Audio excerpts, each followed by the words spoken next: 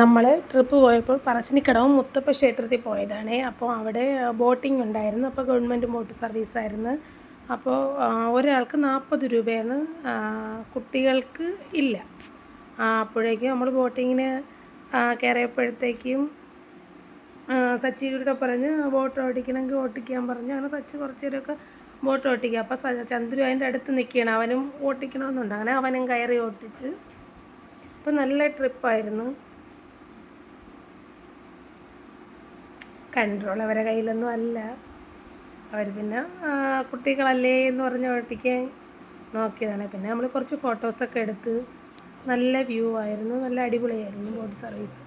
അങ്ങനെ പിന്നെ സച്ചിക്കുട്ടൻ്റെ ഒരു പാട്ട് പാടാനൊക്കെ സച്ചിക്ക് കറക്റ്റൊന്നും അറിഞ്ഞെന്ന് കണ്ടപ്പോൾ അടിവയറ്റിൽ മഞ്ഞുള്ള രാത്രി നിന്നെ ചിരിയൊന്ന് കണ്ടപ്പോൾ അയ്യോ നെഞ്ചിലാളി കരിമിനിയുടെ കണവാ നീക്കൂന്ത് കണ്ടപ്പോൾ കണ്ട മുടക്കി ചിരിക്കല്ലേ പെണ്ണ് കല്യാണി പാറത്ത പുള്ളി.